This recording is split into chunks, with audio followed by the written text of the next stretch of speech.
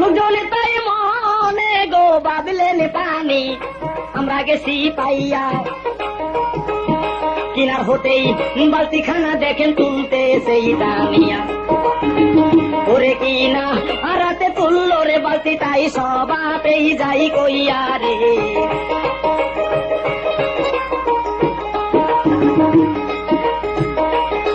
বালতি খানা কিনারায় লোকজন দেখেন যখন তুলেই নিল, অপরূপ রূপের গো ছবি দেখিতেই পারিল রে ইসুফকে দেখিয়া গো তারা মনে বয়ে গেলই যে পাইয়া রে।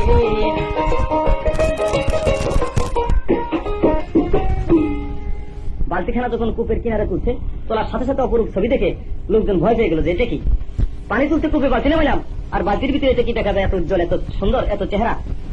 তখন জিজ্ঞাসা করলো, তুমি মানুষ না দেবতা না পরী, তুমি কি, তুমি যেই হোক কথা বলো। ইসুফ বলতেছে, দেখো আমি দেব দানব পরী দেবতা কিছুই না, তবে আমি একটা মানুষ। যখন ইসুফকে এই কিনারে তুললেন, সওদাগরের নিকটে যে সংবাদ দিলেন, দেশ সওদাগর আমরা তো বালতি নিয়ে গেছিলাম কূপে পানি তোলার জন্য, পানি না ওইটা একটা মানুষ, সে বালতিতে তুলে নিয়েছি, আপনি শীঘ্র তাড়াতাড়ি আসেন। সওদাগর দৌড়ে আসলেন কূপের কাছে, আচ্ছা দেখেন যে অপরূপ স্রোত, এত সুন্দর রূপ, এই রূপ দেখে সওদাগরও ভুলে গেলেন, পাগল হয়ে গেলেন। এদিকে 10 ভাই ওরা পাহারা দিতেছে যে ইসুফ কূপের থেকে ওঠে কিনা। ইসুফকে তুলতে থেকে 10 ভাই দৌড়ে গেছে, দৌড়ে যে বলতেছে এই সওদাগরের নিকটে যে তোমরা এই লোকটাকে কেন কূপ হইতে তুললা? বলে আমরা তো বালতি পানি আনার জন্য নামাইছি, এই লোকটা এই বালতিতে উঠে বসছে তাই আমরা তুলছি কিনারায়। বলে হলে আমাদের গোলাম, একে আমরা গোলাম রাখছিলাম, আমাদের হুকুম হাকম মানে না, তাই আমরা ওকে প্রহার করে এই কূপের ভিতরে ফেলে রাখছি, কেন তোমরা এই গোলামকে তোমরা কিনারায় তুললা?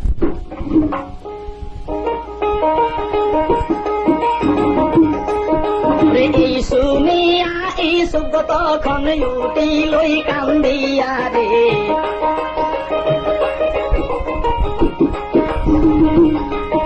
বাই হইয়া বাইয়ের গো প্রতি তোদের মায়া হইল না, আমায় তোরা গোলাম বলে সত শোনরে বর্ণনা। আজি আসুন ওরে বাই হইয়া কেমনে বাইয়ের গো শত্রু হইলি জগতেই থাকিয়া রে।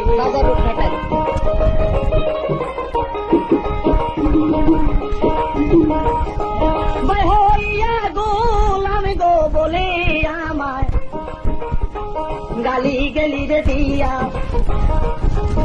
যত কিছুই করতেছ তোরা গো জগতেই থাকিয়া, মিঠালে দিলেই মাফ করিলাম আমি জগতেই থাকিয়া রে।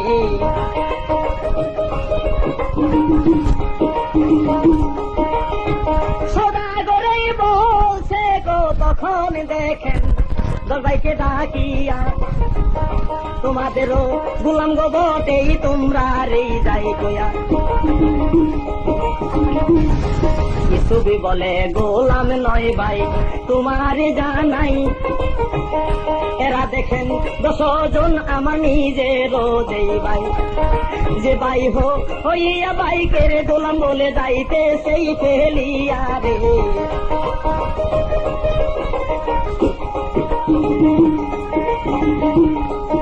হইয়া ভাইয়ের গো প্রতি তারা মায়া কলোরে না, নিজের ভাই এরা গইয়া আমার দেখো রে দণ্ড না, জাগি বাইগন আমায় গো তোমরা গেলা যে ফেলিয়া, মা জননী পাগল গো হবে আমারও লাগিয়া, আমার মায়ের কাছেই বইল গো কথা তোমরা যেই বুঝাইয়া রে।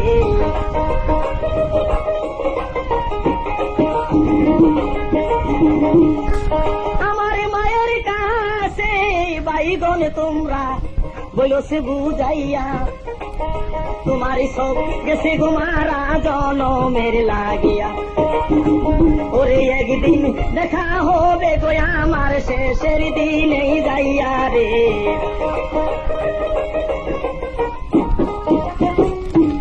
বলতেছে ভাইগণ তোমরা আমাকে গোলাম বলো আর যাই বলো, আমাকে তোমরা ফেলে যাও, কিন্তু আমার মায়ের কাছে তোমরা সংবাদ দিও যে তোমার ইসুফ জন্মের মতো চলে গেছে, একদিন শেষের দিনে যে দেখা হবে। সওদাগর বলতেছে সত্যিকারই তোমাদের গোলাম বলে? হ্যাঁ। বলে যদি সত্যিকারই তোমাদের গোলাম হয় কেন তোমরা মারধর করে কূপে ফেলছো? তোমাদেরকে আমি অনেক টাকা দিই, গোলামটা আমার কাছে তোমরা বিক্রি করো। 10 ভাই মনে মনে চিন্তা ভাবনা করলো, ঠিক আছে যদি বিক্রি করলে কিনে নিয়ে যায়, আমাদের আপদ চলে যায়। বলো যে কত টাকা দিবেন? সওদাগর বলল 10টা টাকা তোমাদেরকে দেওয়া হবে। তোমার 10টা ভাই, 10 জনকে 10টা টাকা দেবো, তোমরা এই গোলামটা আমার কাছে বিক্রি করে দাও। 10টা টাকার কথা শুনে 10 ভাই খুব খুশি হইলেন। 10টা টাকা নিয়ে ইউসুফকে সওদাগরের কাছে বিক্রি করে থেকে গেলেন। সওদাগর করলেন কি, লোকজনকে হুকুম করলেন, চলো আমার বাণিজ্য শেষ, আমার আর বাণিজ্য করার জন্য দরকার নাই, আমি দেশে ফিরে যাবো। উর্দুম বাড়িয়া ইউসুফকে সঙ্গে নিয়ে কেনন শহরে চলে গেলেন, যার আমি বাণিজ্য করবো না।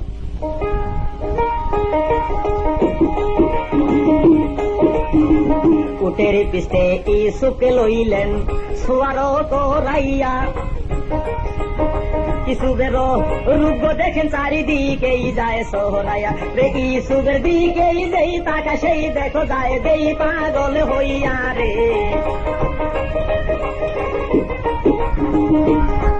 ওরে ইসুফের দিকে যেই তাকায় ভাই সেই যায় পাগল হইয়া রে।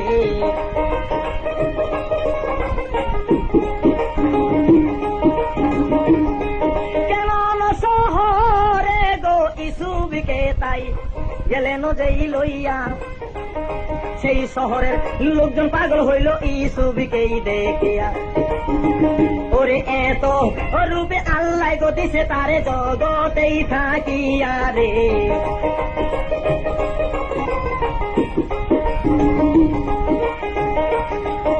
শহর জুড়ে সরগোল পড়লো শোনেনি মনরে দিয়া, সওদাগর এক গোলাম গো আনছে সবাতেই যাই কইয়া, রে তাহার পানে যেই চায় দেখেন সেই যায় যেই পাগল হইয়া রে।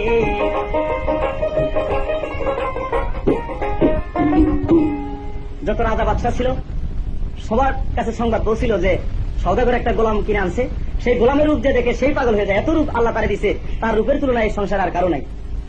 কিন্তু আমরা সংবাদ পেলাম যে সে সওদাগর বলে সেই গোলামটা বিক্রি করবো। দেশ দেশান্তর থেকে লোকজন আসলেন ইউসুফকে কিনে নেওয়ার জন্য।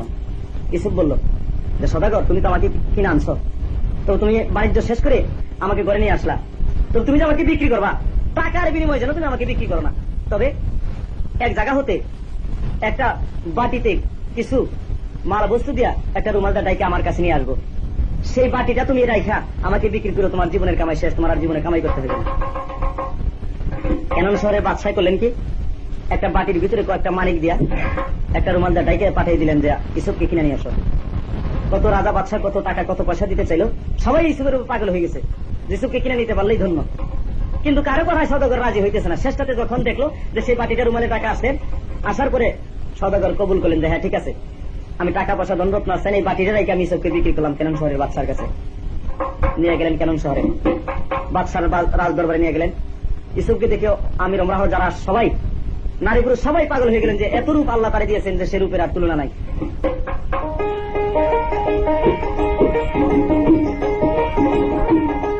ওরে সেই শহরের লোকজন সবাই দেখেন গেল পাগল হইয়া রে।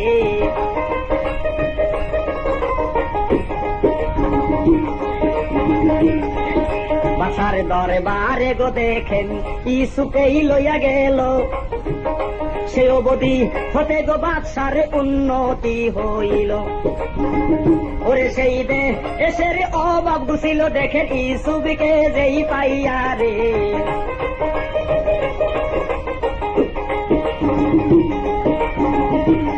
সেই দেশের অভাব গুছিল দেখেন ইউসুফেরই পরশে পাইয়া, নিঃসন্তানী ছিলেন গো বাদশাহ শোনেন মন দিয়া, রে ইউসুফ কে যে বাসি তোরে ভালো ছেলের মতো যাই তাই কইয়া রে।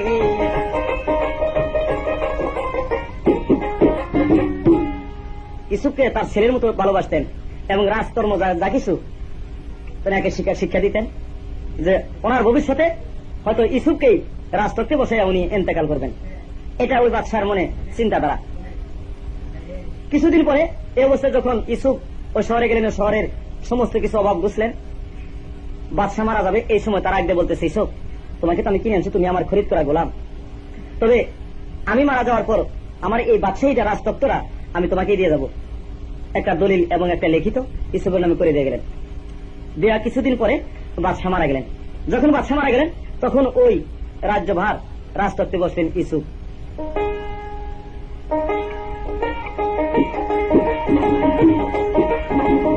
বাদশা হইয়া ইউসুফ যখন তক্তেতেই বসিল, সমস্ত প্রজারা দেখেই পাগল হইয়ার গেল।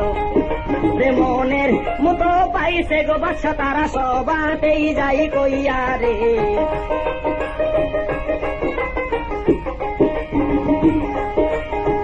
কারো প্রতি জুলুম করতেন না গো ইউসুফ, শোনেন মনরে দিয়া, সবার সাথেই একই রকম ব্যবহার ইউসুফে যাইত করিয়া। প্রজাদেরকেই বাস্তরে ভালো তিনি জগতেই থাকিয়া রে।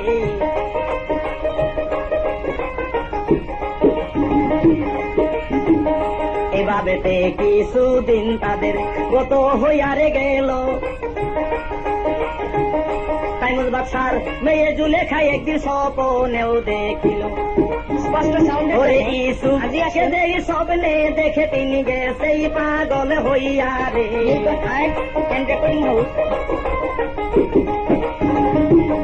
ইউসুফকে যে স্বপ্নে গো দেখে তিনি গেছেই পাগল হইয়া রে।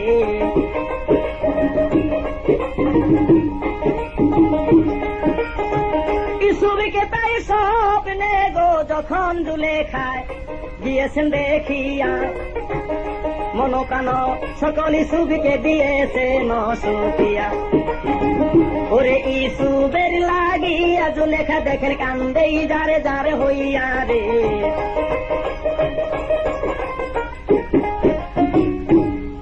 ইউসুফকে স্বপ্নে দেখে তার মনোপ্রাণ সমস্ত কিছু ইউসুফকে সুখে দিছে। ইউসুফকে ছাড়া আমি জগতে কারো কাছে বিয়ে বলবো না। তার এটা পণ শুধু ওই নাম জপে ইউসুফের আশায় জুলেখা বসে রইলেন। এদিকে ইউসুফ যখন কেনন শহরে বাদশা হলেন, কিছুদিন বাদশাহী করার পরে যে বাবার রাষ্ট্রটা, সে রাষ্ট্রের ভিতরে দুর্জন আকাল করলেন। এরকম আকাল করলেন যে সে দেশের মানুষ আর বাঁচার কোন পন্থা নাই। যখন লোকজন বাঁচতেছে না, বাদশার উপরে পেশা দিল, তখন ওরা 10 ভাই করলেন কি, ওই রাষ্ট্রের থেকে কেনন শহরে গেলেন ধান চাউল কেনার জন্য। কিন্তু ইউসুফের রাষ্ট্রে এরকম ধান চাউল আছে যে যদি গেলে 2-1 বছর লোকজনে খায়, তাও এগুলো ফুরাবো না। 2-1 বছর যদি গেলে ফসল নাও হয়ে দেশে, তাহলে রাষ্ট্র চলবো। ওরা 10 ভাই করেন কি, ওই ইউসুফের দরবারে যায় বলতেছে বাদশার কাছে যে আমাদের দেশে তো খুব অভাব, খুব আকাল, আপনার দেশ থেকে আমরা কিছু ধান চাউল কিনে নিতে চাই, বিক্রি করবেন কিনা।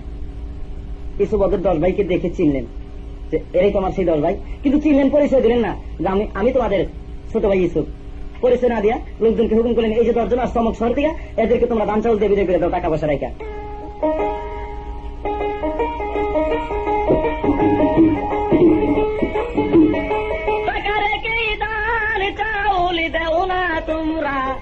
তোমরা রে জানাই 10 ভাইয়ে সেদিন গো ধান চাউল লইয়ারে চলতে চাই। নিজে এর শহরে গো 10 ভাই গেলে ন চলিয়া রে।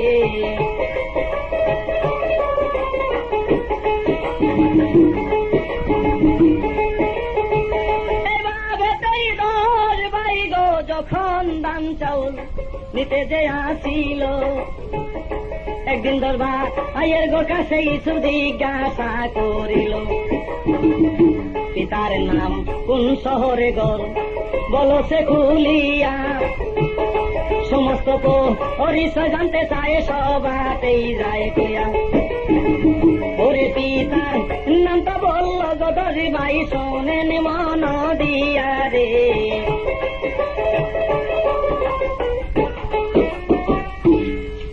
জিজ্ঞাসা করতেছে তোমরা তো আমার শহর থেকে ধান চাউল নাও, তোমাদের বাড়ি এবং তোমাদের পিতার নাম কি? বলতেছে আমাদের পিতার নাম ইয়াকুব নবী, আমাদের দেশে খুব আকাল, খুব অভাব, তাই আমরা আপনার দেশ থেকে ধান চাউল নিয়ে আমাদের শহরের লোকজন বাঁচাইতেছি। বলতেছে তোমরা কয় ভাই? বলে আমরা বর্তমানে এখন 11 জন আছি, তবে 12 জন ছিলাম। 1 ভাই আমাদের জঙ্গলের বাগে ধরে খাইছে, আমরা 10 ভাই এক পক্ষে, আর আমাদের শেষকালে ছোট একটা ভাই আছে, তিনি বাড়িতে আছেন।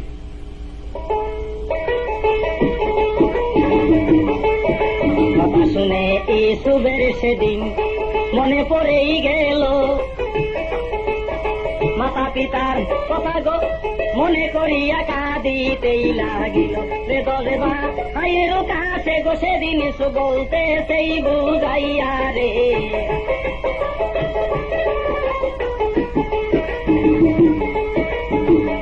তোমাদের ওই ছোট গো ভাই দেখো আছে তোমারে যাই কইয়া, আবার যদি তোমরা আমার শহরে আসো দানে রই লাগিয়া, যে ছোট ভাই তোমাদের গো সেই দিন সঙ্গে আসিও লইয়া রে।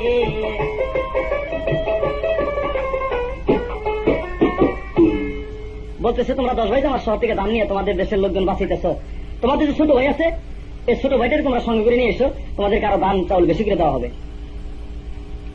10 ভাই বলতেছে না, ছোট ভাইকে আমাদের সাথে আসতে দেবো না, কেননা এক ভাই আমরা জঙ্গলে বকরি চড়াইতে নিয়ে গেছিলাম, জঙ্গলের বাগে ধরে গেছে, তাই মায় আমাদের কাছে ছোট ভাইকে আসতে দেয় না, আমরা আনতেও পারবো না। বলতেছে ঠিক আছে, যদি তোমরা তোমার ছোট ভাইদেরকে না আনতে পারো তাহলে তোমাদেরকে আমি ধান চাউল দেবো না শহর থেকে।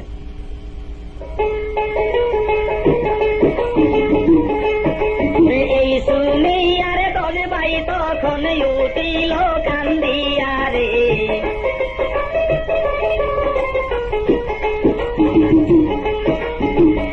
বাড়ি ফিরেই গেল গো 10 ভাই দেখেন, বলতেছে বুঝাইয়া মা জননীর কাছে গো কথা সেদিন বলিলেন কাঁদিয়া, ওরে আমাদের দেশের লোকজন মরবে অনাহারেই থাকিয়া রে।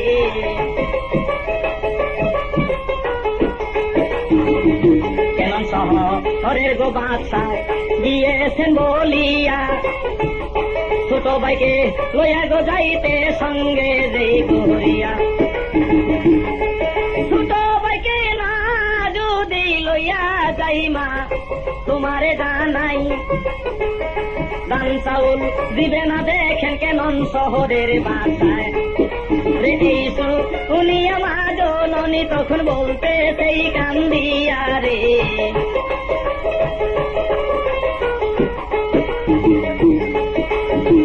কি কথা বলিলি গো তোরা আর ওই কথা বলিস না, আমার ছেলে আমি গো বাবা তোদের সঙ্গে যে দিব না রে, আমার শিশুকে জঙ্গল আর ওই বাগে খাইয়াছে দরিয়া রে।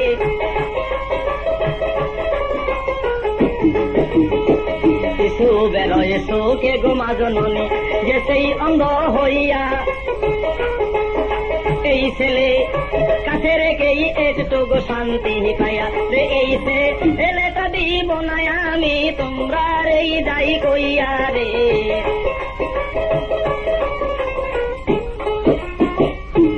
মায় বলতেছে দেখ বাবা, ইসুফকে তোদের সঙ্গে দিয়েছিলাম জঙ্গলা বাগে ধরে খাইছে, এই ছেলেটা আমার কাছে রেখে আমি একটু শান্তি পাইছি, ইসুফের চোখে আমি 2 চোখ অন্ধ হয়ে গেছে, তবে এই ছেলেটা আমি তোদের সঙ্গে দেবো না। বলতেছে মা দেখো, তুমি যদি আমাদের ছোট ভাইকে সঙ্গে না দিয়ে দাও তাহলে কেন শহরের বাচ্চারা আমাদেরকে দান চাউল দেবে না, আমাদের শহরের লোকজন অনাহারে মারা যাবে, কাজেই তোমার কাছে অনুরোধ করছি ছোট ভাইকে আমাদের সঙ্গে দিয়ে দাও, আমরা যে অবস্থা নিয়ে যাবো ওই অবস্থায় এবার তোমার কাছে ফেরত দেবো। মাই বলতেছে দেখ বাবা, এক ছেলে আমি হারাইছি, সেই ছেলের সাথে পারছি না, এই ছেলেটাকে যদি আমি হারাই তাহলে আমি আর জীবনে বাঁচবো না, কাজেই এই ছেলেটাকে আমি তোদের সঙ্গে দিতে চাই না। মায়ের পায়ে ধরে 10 ভাই বলতেছে মা তুমি শুধু শহরের লোকজনের জন্য তোমার ছেলেটাকে আমাদের কাছে দাও, আমরা একটু নিয়ে যাই কেমন শহরে।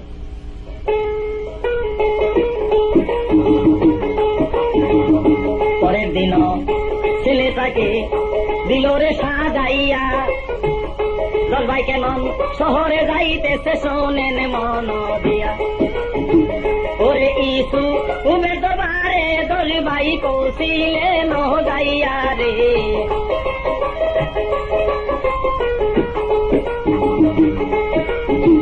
ছোট ভাইকে দেখে গো ইসুব সেই দিন উঠিল কান্দিয়া, ভাইয়ের মুখ দর্শন করে তারে মায়ার গেল লাগিয়া, ওরে মনে মনে কাঁদিতেছে তাই শোনেন মন দিয়া রে।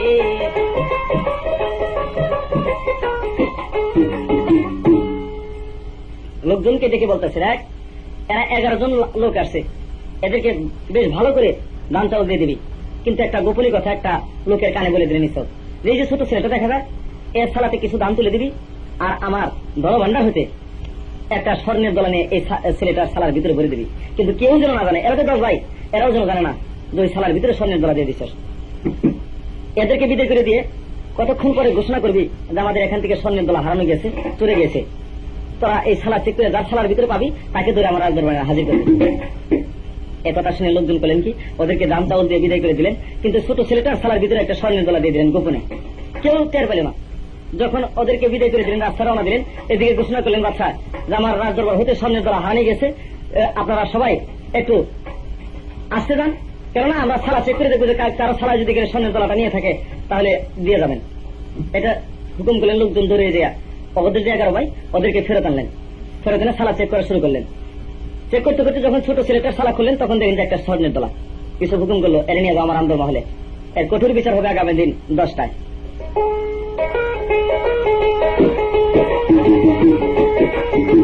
দল ভাই তখন ঘটনা দেখে কাঁদিয়া কাঁদিয়া বাসার কাছে গো কথা বলতে সেই বোঝায়া, ওরে মাঝ অননি যাবে গো মারায় তা ছেলে নারে না পাইয়া গো।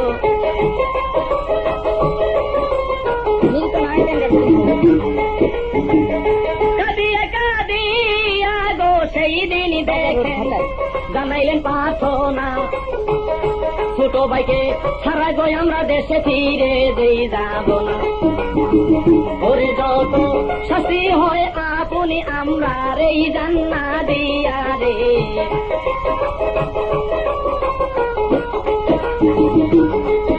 মায়ের যদি সংবাদ গো জানে বাসায় রেখেছে দরিয়া, ছেলের সুখেই মা জননী পানে যাবে যেই মহরিয়া, ওরে এই বলিয়া দল ভাই গো তখন কাঁদছেই দারে দারে হইয়া রে।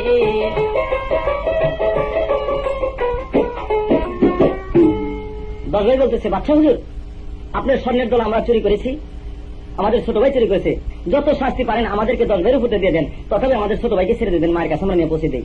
এই ছোট ভাইকে ছাড়া যদি আমরা বাড়িতে যাই তাহলে আমাদের মা জননী আর এই জীবনে বাঁচবো না। এই চোখ বলতেছে দেখো চোরের বিচার না করে আমি চোর ছেড়ে দিতে পারি না, তবে হ্যাঁ আমি ছেড়ে দিতে পারি, তোমরা আজকে বাড়িতে চলে যাও, যে তোমাদের মাতা পিতা জীবিত আছে তাদেরকে আমার রাজদরবার হাজির করো, আগামী দিন প্রকাশ্য রাজদরবার তার বিচার করে তোমাদের মাতা পিতার কাছে আমি ছেড়ে দিয়ে দেবো তোমার এই ছোট ভাইকে, তাছাড়া আমি ছেড়ে দেবো না। এই কথা শুনে 10 ভাই যার হয়ে কানতে কানতে রাস্তায় রওনা দিলেন। যখন বাড়িতে ফিরে গেলেন মা জননী জিজ্ঞাসা করলেন তোরা 10 ভাই আসলে আমার ছেলেটা নিয়ে আসলি না? 10 ভাই কথা বলে না, কতক্ষণ করে বলতেছে মায়া কি ব্যাপার তোরা কথা বলতেছ না, কারণটা কি? বলতেছে না আমাদের ছোট ভাই উনি রাজার দরবারে যে স্বর্ণ চুরি করেছিল সেই দায়ে তাকে ধরে রাখছে, তোমরা যে পর্যন্ত না যাবে এই পর্যন্ত তাকে ছেড়ে দেব না।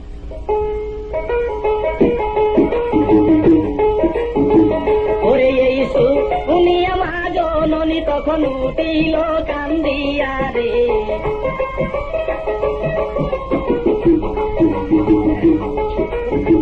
কি কথা শুনাইলি গো তোরা আমার প্রাণে দেশ হে না, একটা ছেলে জঙ্গল আরো বাগে গো খাইল কিনা, ওরে তোরা বুধ হয় আমার ছেলেকে রাস্তায় আসলি যেই মারিয়া রে।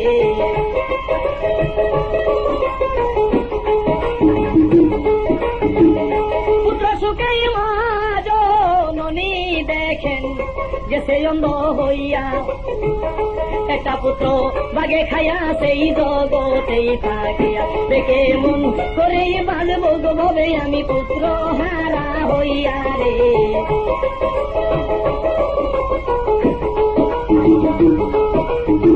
শীঘ্রই আমার ছেলেটা তোরা হাই গো দেখাস থাকে না নিয়া, তবে আমি হইব গো শান্ত ছেলের বউকে পায়া, ওরে মায়া সন্তানের কি বেদন জগতেই থাকিয়া রে।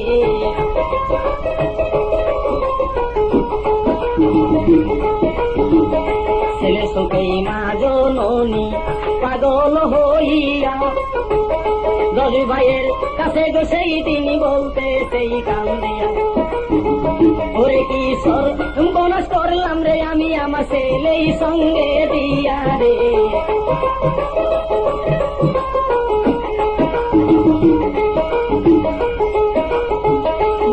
সেদিন মায়ের গো কাছে দেখেন বলতেছে কান্দিয়া, চলো মাঝো অননি আমাদের সঙ্গেই যাও চলিয়া, নবীর কাছেই বলতেছে সেই দিন ও গো আব্বা তোমারে যাই পরবর্তী করিয়া ক্যাসেটের জন্য যোগাযোগ করুন শীঘ্র কেন শহরে বাদশার দরবারে মিল্টন আয় বাজার মুম্বাইকে রাখলো গদরে আপনার এই যাই কইয়া রে।